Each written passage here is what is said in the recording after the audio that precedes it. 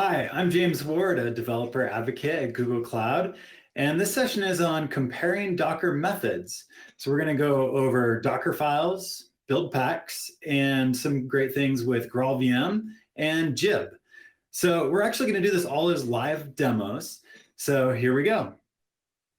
Let's start out exploring containers by just using them, and then we'll take a look inside. Let's just run a container locally. So I'm going to say docker run, and then I'm going to tell it to map a port. So I'm going to use port 8080 and tell it to map the port in the container 8080 to my localhost 8080. And then we'll give it the container to run.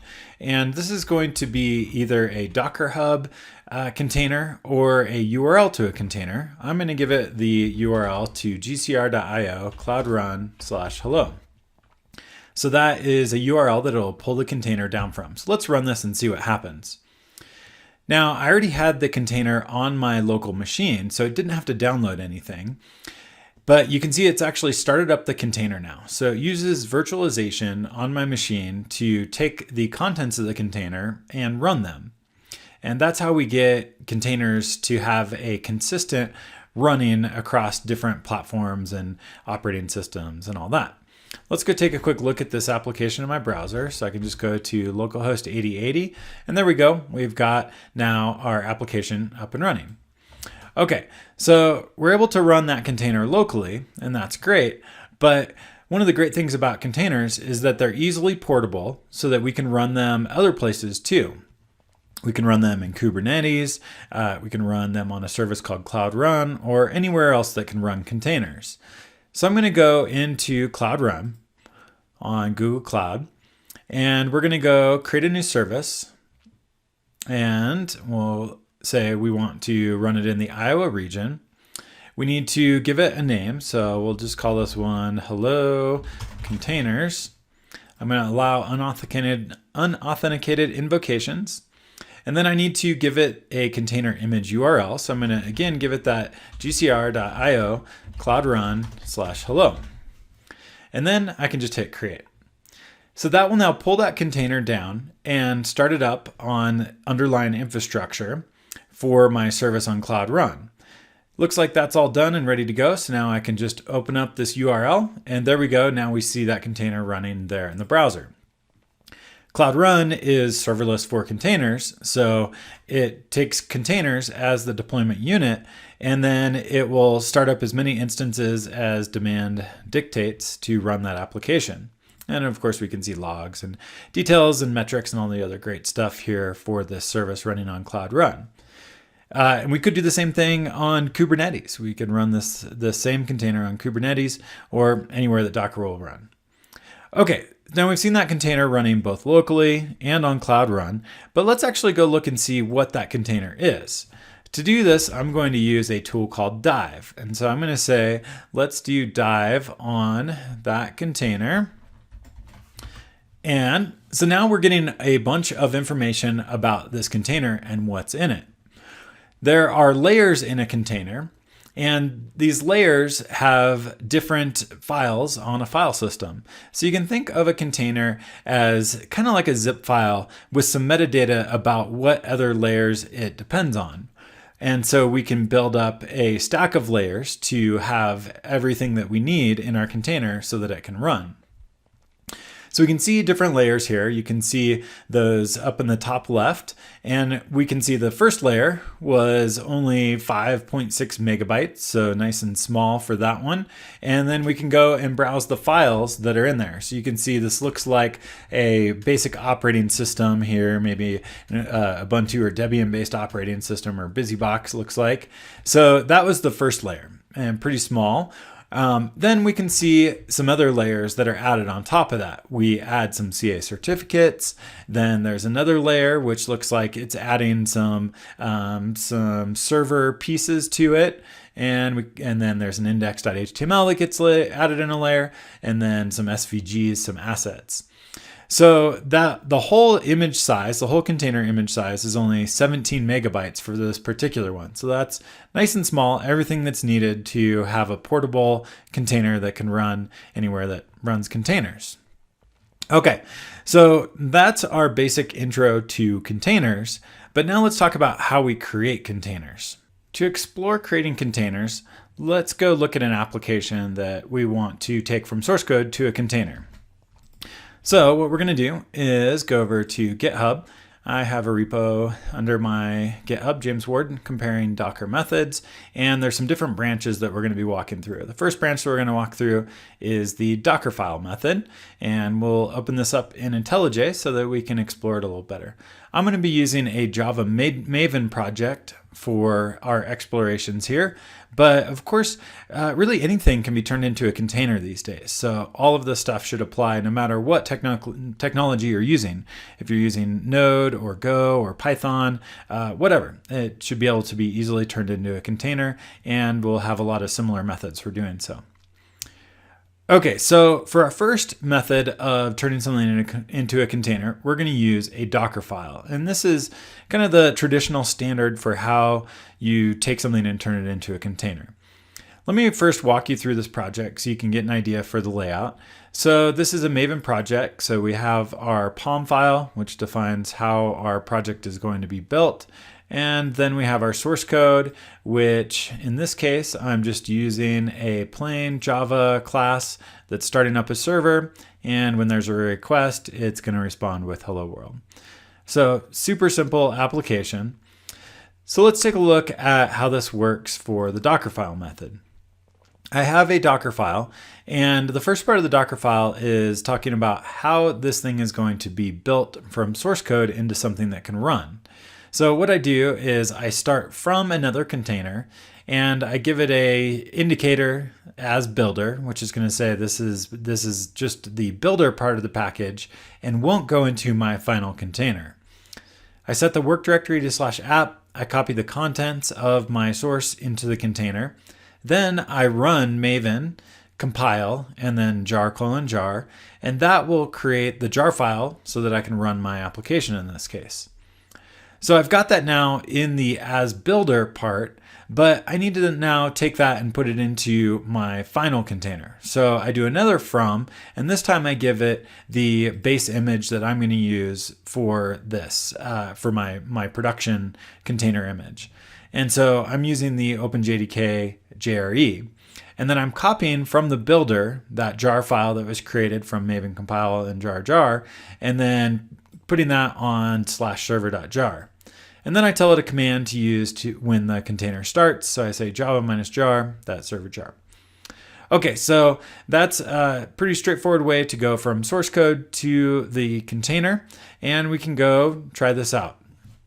So to try it, I'm going to say Docker Build, and then I'm going to give it a tag.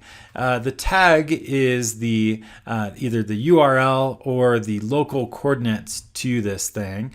And in this case, I'm not going to use a remote registry, which we'll talk about later. So I'm just going to say that my tag is going to be, let's copy this and paste it. And then I'm going to say colon, where I get a chance to specify like a version or something like that. And in my case, I'm going to say this is Dockerfile. And then I need to tell Docker what to actually build. And so I'm going to say dot. And so it's going to find the Docker file there. And now what Docker will do is it'll go download, if it needs to, the different layers, the Docker container layers, so that it can build this. You'll see it's downloading those from, in this case, Docker Hub is where it's getting that adopt OpenJDK 11 from. And now it's walking through all the steps in the Docker file, running the Maven build. So now, because this is running outside of my local file system, it doesn't have access to the Maven local cache. So it's downloading all the Maven stuff that it needs. And it has the JDK already, but it needed to download Maven and then Maven's dependencies. So it's downloading all that from Maven Central. And then it's going to do the compile. Should be able to start that up in a second. And then once it gets compiled, it'll create the jar file. And then from that jar file, it'll create that final container image. Okay, so it's created the jar file. And you'll see it says it's removing those intermediate containers because it didn't need those any longer for the final image. And then it's assembling the final image, starting with the OpenJDK11JRE as the base image, and then copying that server jar file in, and then setting up that command. Okay, so now we can actually run this thing. So what I can do is say, let's Docker run. I do need to map the port like I did before. Let's map it to 8080. And then I'm going to tell it that container image to run. So let's run that thing and see how it works locally. Let's go to our localhost 8080. And great, our hello world works. Okay, so we've got this working locally, and we've got the container image. But now let's go use that dive tool and take a look at what's actually in this container and how it's structured. So diving in, we'll see that dive opens it up. We can see the layers. We see a base image that is our operating system. And then it's got a few other pieces here that are tweaking some things in the operating system. It looks like it's installing some CA certificates and font config into the container. And then this 129 meg layer is probably our JRE. And then we've got the final layer, which is copying in our server jar file and adding that into the container. And that one in our case is pretty small. So total here of 229 megs for all the layers of our application. Now it's nice that we have this layering of Docker containers because that makes the cache invalidation really great. Because if I create a new version of this container that only changes that final layer with a new jar file, then it doesn't have to recreate, and in a lot of cases doesn't have to pull down those layers that it already has. So there's these SHA digests that make it so that caching works really well for each layer that our container is assembled from. Okay, so really great caching support with the layers in Docker. Okay, so that was the first method for creating a Docker container with a Docker file. All right, now for the second method of building containers, we're going to use something called Jib. So I'm going to go and switch my branch in this repo over to the Jib branch, and we'll check that out. And now let's go pull up the POM file and we'll learn a little bit about Jib. So Jib is a JVM-based library that can plug into Maven and Gradle and creates container images. So all we have to do in the case of Maven is add that plugin, and now we can use Jib to build our container. So the source code didn't change, nothing else changed. You'll see that I don't have a Docker file anymore because we don't need one because we're going to use Jib, and we could do this from Maven or Gradle. And I think there's other JVM-based build plugins as well. Okay, so to do this, we're going to call Maven with a target of Jib Docker Build. So let's go do that here. Run that. So we're going to first run the compile, then Jib Docker Build, and we're going to tell it the image name that we want to store, which is comparing Docker methods :Jib. Okay, now Jib is assembling our container, and it did that super fast because Jib doesn't actually use the typical Docker method to create these containers. It has its own implementation, and it's super fast and has great caching support as well. So let's go do our dive on this container now and take a look at what's inside of this container. So dive in, and we'll see that our total container size is a little bit less this time, 197 megs, I think, because we're probably using a different base image. So we've got our base image with our operating system, different pieces of the operating system, and then the JVM that we're using is probably that layer there. And then the Jib plugin kicks in and adds some pieces in, and it looks like there's a layer here that's used for our dependencies, which we'll get into in a minute, and then the final layer, which is our class file for our code of this project. So Jib did a great job creating this nice little container for us. Now let's run this thing and make sure that everything works. I can just go say, let's run the Jib, one of those, and let's go refresh, make sure that our container works. Yeah, it does. Okay, so that's our container created with Jib. One of the nice things that Jib does, though, is you may have seen it there. It adds a layer for the dependencies in our application. So in this case, my application doesn't have any dependencies. It's just a basic Java application. But let's switch over to the Jib Spring Boot branch, and then we'll have some dependencies. So in the case of Spring Boot, I have some dependencies, in this case, just the Spring Boot Starter Web Flux. So that is my dependency with a whole bunch of other dependencies underneath it that I'm going to use in here. And so if we go back and run that Maven Docker Build again, and we'll give this a different name, we'll call it Jib-Spring Boot. Then it's going to take the dependencies and copy those dependencies into a layer as well. And you'll remember that the caching in Docker makes it so that the cache invalidation is really nice. So let's use dive and go check this thing out. Okay, so looking at this, we'll see that now there's this layer added by Jib, which is 18 megs, and you'll see over on the right that this is all the dependencies that come in from my dependency on Spring Boot.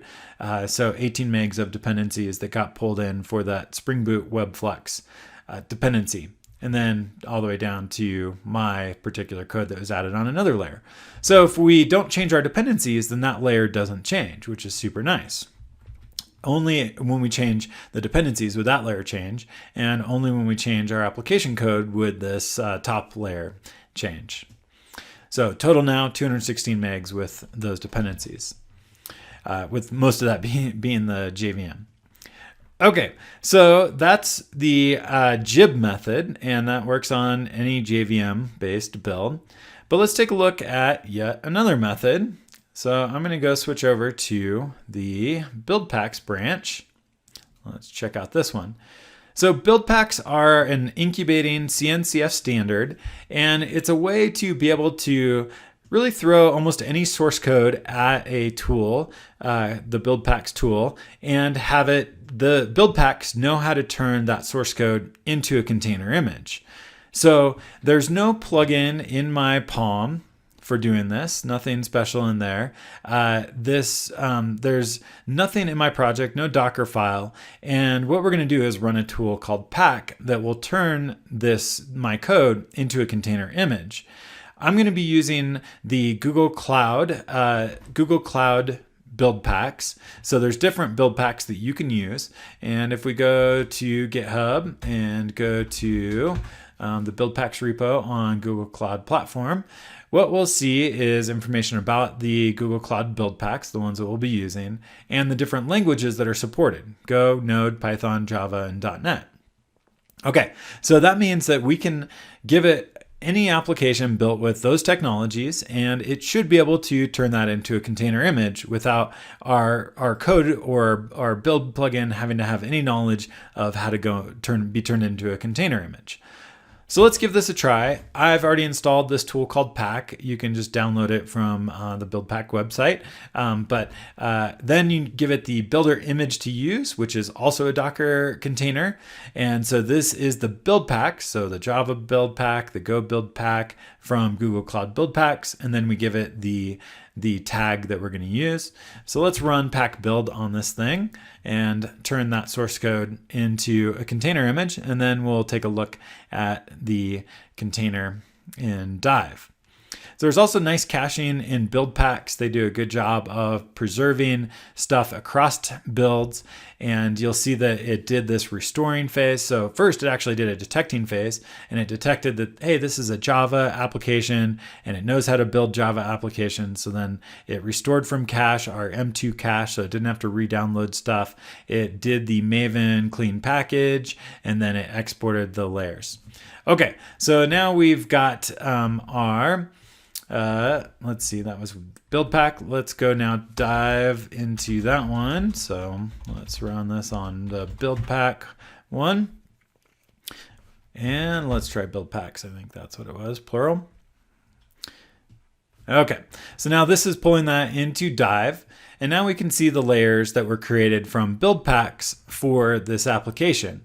We can see a base image, which looks like the operating system, and then some other things on top of that. And then we get down into this large layer, which is probably the JVM layer. And then we have, I think, a layer for dependencies and a layer for our application, something along those lines. So similar layering to what we saw with the JVM, but you'll see that in this case, the base images that it chose were larger than the ones that were chosen by Jib. You can customize that if you want, but the total image size for this one is 436 megabytes. But really nice that we didn't have to have anything in our project that told it how to create a container image from our source code. Okay, and just for the sake of validation, let's go run our Docker run, give it the port 8080 to 8080 and run this thing and make sure that our application built with Buildpacks works. Hello world, great, it still works. Okay, so that was the method of using Buildpacks to go from our source code to our Docker container image. Now let's check out another option, which is going to use the Dockerfile option we saw before, but in the case of JVM projects can result in really small binaries. So for this one, I'm going to switch over to a branch called GraalVM. And for GraalVM, the GraalVM one, what we're doing is we're using the Dockerfile because we're doing some stuff that we can't do with Jib or with Buildpacks. What we're going to do is we're going to use this thing called GraalVM to ahead of time compile our JVM-based application into a native executable. So I'm giving it the GraalVM base image there for our builder, and then I'm installing into here native image, which is a tool for GraalVM to create those native images. And then I'm also downloading a library, a native binding library that we can use so that our application doesn't have any runtime dependencies on anything, and not even an operating system. And then I'm going to do my Maven compile, create my jar, and now I'm going to run the native image tool. And I'm going to tell it some parameters here for when it creates the native image. I'm telling it to use that muslc bundle that I downloaded earlier, and a few other things. Static is what does the static binding of to the native libraries. Okay, now here's the cool part, is that for my final image, I'm saying from scratch, which gives me a plain nothing in it Docker image. And now I'm copying the output of native image, which is this binary executable called web app, copying that into the container and then telling it to run that web app. Okay, so this is a JVM-based application that we're turning into a native application with no bindings to, or built-in bindings to the native code that's needed. So let's go run this one, which I'm going to just copy this Docker command here. Because we're using a Docker file, we're going to do the Docker build and give it that tag there. Okay, so now it's doing the builder stage of the Docker build. It has downloaded those native image components and the muslc components, and now it's doing the Maven build. So again, it's going to have to go download the Maven stuff from Maven Central so that Maven can run, and so that'll take a minute to download everything that it needs, and then it'll create our jar file or compile the code, create the jar file. And then it will run native image on that jar file to be able to turn it into that native executable. So all this takes a little bit of time, and just a recommendation, no matter what method you're using, I only create my container images usually as part of my CI/CD process. When I'm developing locally for JVM applications, I'm just using the standard Java run tooling with a JVM installed locally, so I get a really quick feedback cycle, and I'm not creating container images as part of my local development. I just have my CI/CD server create those images because those are the artifacts that are needed to run in Kubernetes or Cloud Run or wherever you want to run your container images. Okay, so native image is now running on our jar files and has ahead of time compiled that JVM application into a native binary, and then it has stored that into the Docker container. And now we can run this container, and let's make sure it works. So let's say run, and then let's map our port. Okay, run that thing. So one of the things that's really nice about GraalVM native images is that they start up really fast and usually use a lot less memory. So they work great in serverless environments that benefit from that. Okay, looks like everything's working. That's awesome. Now let's use our dive tool and let's go explore our native image that was created here. So now you'll see, because I did that from scratch, I only have one layer in my Docker container, and that one layer only contains that one file web app, and it's 11 megs. So I was able to have no operating system in this container, and because all the native bindings are built into that executable that it needs. And so super small, but this is still a JVM application. Just through GraalVM native image was able to ahead of time compile the whole thing down into a native executable. So super cool, and one thing that you can do with containers and with JVM based applications. Okay, so that was exploring different ways of creating Docker containers and some of the impacts that you have with doing so. Now let's learn a little bit about Docker registries. Docker registries are places that we can store these containers so that they can be easily accessed from different machines. So there's a number of Docker registries out there. One of them, the most typical one that people use, is just Docker Hub. So Docker Hub is hub.docker.com, and you can sign up for an account and store your containers up on Docker Hub, and a lot of the containers that we're using as base images, that's where they come from. Now, for your projects on Google Cloud, there's two other places where you can store your Docker containers. So let's go over into the Cloud Console and check those out. So there's the container registry, is the traditional place to store containers. So you can see I've got a bunch of containers stored up on the Google Container Registry. And you'll remember from when we did like the build pack sample that the build packs are stored up there as well. The Cloud Run Hello World is stored up there on the Google Container Registry. There's another place on Google Cloud which is newer, and this is called the Artifact Registry. The Artifact Registry is cool because it supports not just Docker containers, but you can also store Maven artifacts, NPM artifacts, that kind of stuff up there as well. So not just Docker containers. So you can check that out, currently in beta. Okay, so let's go back to the container registry and let's go create a container that will store up on the Google Container Registry. So I'm going to switch over to the, let's go to the Jib branch here and use that one. Okay, let's go now back to our command where we're going to create our container image. All right, so let's copy that command that we used before and paste it in here. And then instead of saying Jib Docker Build, I'm going to say Jib Build. And then I'm going to give it the coordinates to the Google Container Registry. So I'm going to say gcr.io/ and then my project ID on Google Cloud. So it's JW Demo, and then my artifact name. Okay, let's try to run this. And what it should do is create that container image and store it up on the Google Container Registry. So it looks like it's pushing those layers up to the Google Container Registry. And in this case, it didn't need the local Docker daemon because it didn't actually store that on the local Docker daemon. Okay, now if we refresh the Google Container Registry and we come down, we should see a new Docker container image here comparing Docker methods. And then we see that one that I just pushed there. And then I can come and click on this and say, let's deploy it on Cloud Run, GKE, GCE, whatever. So that's how easy it is to be able to take source code and get that container image up on the Google Container Registry. Let's go and walk through one other quick step for this, which is deploying this on Cloud Run, which you've seen already, but I want to show you what it looks like if we were to do it from that menu.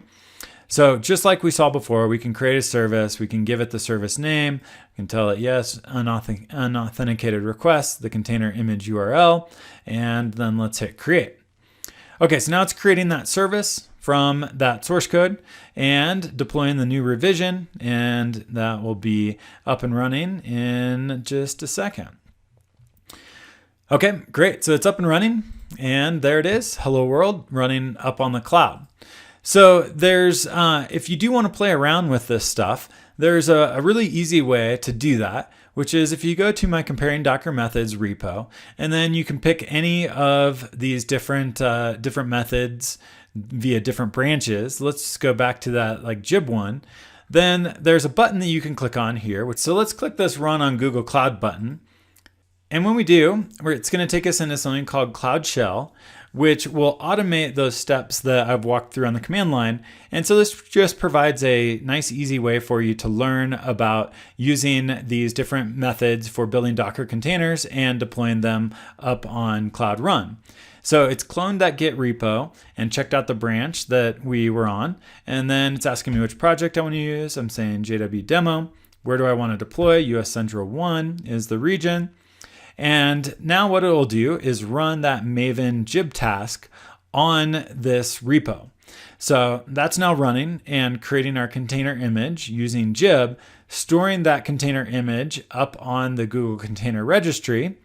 So there you go. You see that it's doing that Maven package Jib build, giving it the image parameter. So just like we did from the command line, but this is doing it all for you. So you don't have to remember all the steps. Just click that button and you can do it on any of those branches within that repo, and that'll help you get started. So now it's doing the gcloud run deployed, deploying that container image up on the cloud, and then we should see this thing deployed and up and running here in just a second.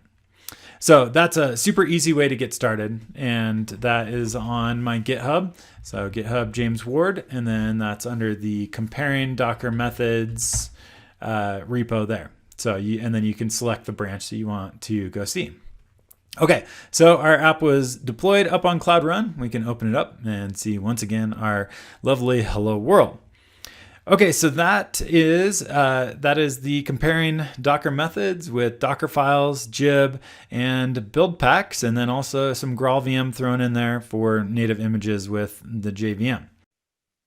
All right, that was comparing Docker methods, and I hope that was useful for you. I really appreciate you watching. Hope you got a lot out of it. Thanks.